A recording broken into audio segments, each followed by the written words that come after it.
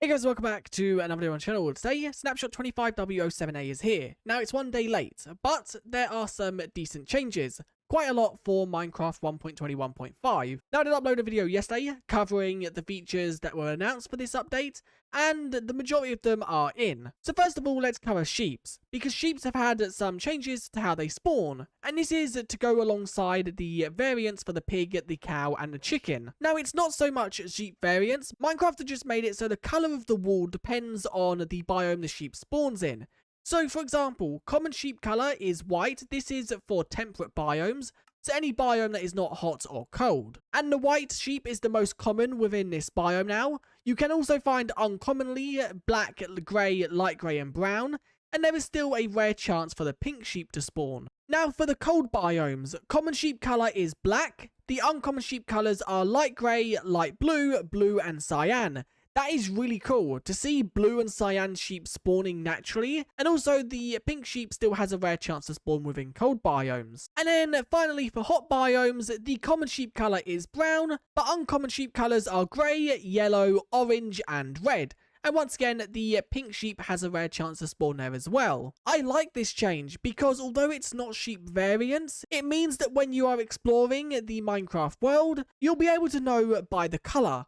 And also with this change, sheeps now spawn in a lot more colours, whereas before it would only be the 4 basic colours. You can now find them in red, yellows, and you can see right here, exploring the forest, we have found some white ones as well as a brown and black. You can see down here there are some brown sheep, and there is also a random red sheep. And over here you can see once again that there are brown sheep as well as a random orange one. I really do like this change. They have made some changes to the bush block in this snapshot as well. The first thing is it's now replaced when you are building, just like grass. So if you place a block within the same block the bush is on, it will now basically be removed and deleted. And also, this block can now only be picked up with shears or silk touch. It no longer drops when you are just punching with your fist. Finally, one that a lot of people are going to like. The Mooshroom has now been updated to have the 3D snout like the new cow variants. And there's going to be a lot of people who are happy with this because I've seen this comment a lot. And for anyone wondering, this is what the brown version looks like as well. Not going to lie, it looks a lot better. But it is only the snout that's been updated, the rest of the model hasn't been touched. One other quick little change that I'm going to mention is any ambient sounds, so the ones that are played within the desert and badlands, as well as the pale garden, has been moved into the ambient / environment. And they are the ones that you can move around your world, for example, placing a dead bush on top of 2 sand blocks. Now, one change that was mentioned inside a Bedrock edition yesterday, and it's also made its way over to Java, and that is the fact that camels can now spawn outside of desert villages. So while you're exploring a desert biome, there is a chance you can find camels here.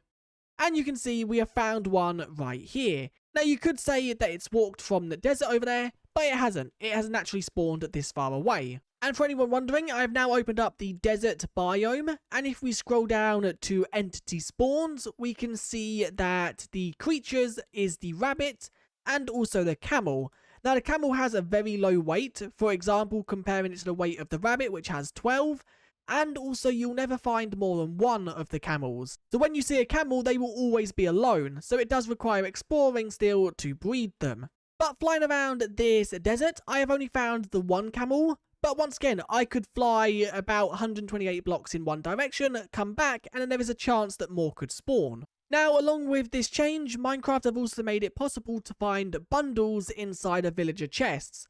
Now, it's not a guaranteed chance to find a bundle, and here we go, we have found one right here. You can see it's just an empty bundle that you can obviously use when exploring. Now, let's jump to cartographer trade changes, because there are some within this update.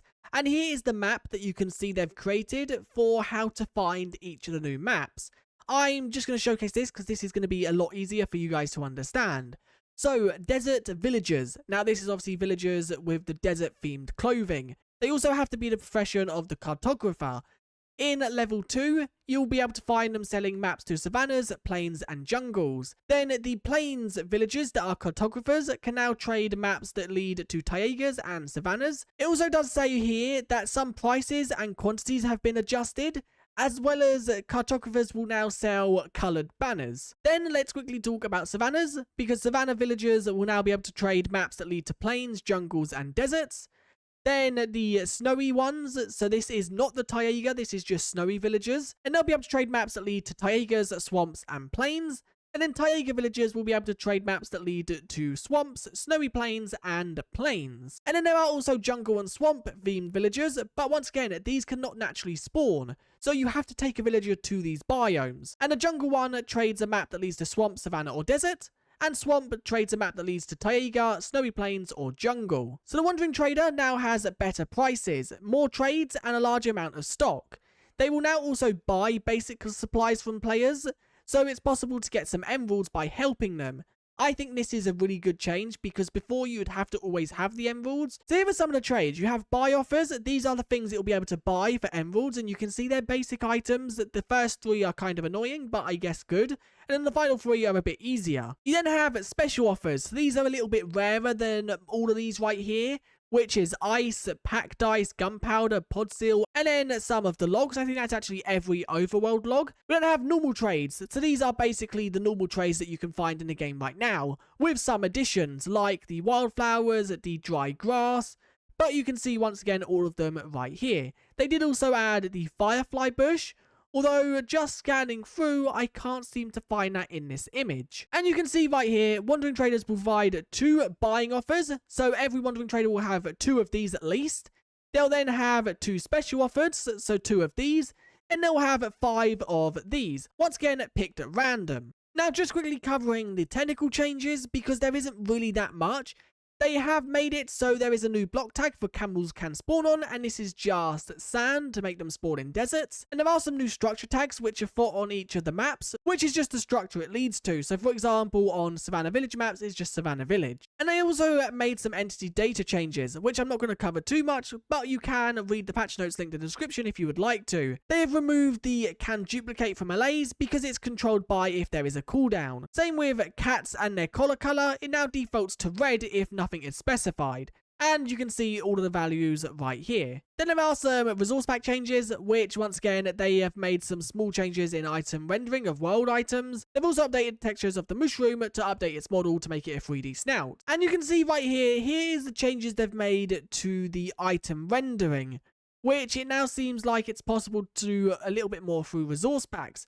Once again, I'm not going to cover too much of this, but you guys can if you want to check it out in the description. Now, one other thing that I am going to quickly mention, Minecraft did post at the top of these patch notes that the bug tracker is currently offline while they work to upgrade it to a new system. So if you can't report bugs, that is probably why. And it is also rumoured that is why this snapshot was delayed by a day. But anyway, that is it for this snapshot video. If you did enjoy, do like and subscribe. Once again, I really do like the changes in this snapshot. It's just making exploring the overworld so much better, with the sheep colours to the villager changes as well. And I also do love that the camels can now spawn naturally. But anyway, I'll see you guys in another one very soon. Thanks for watching, and I'll see you guys next time. Bye.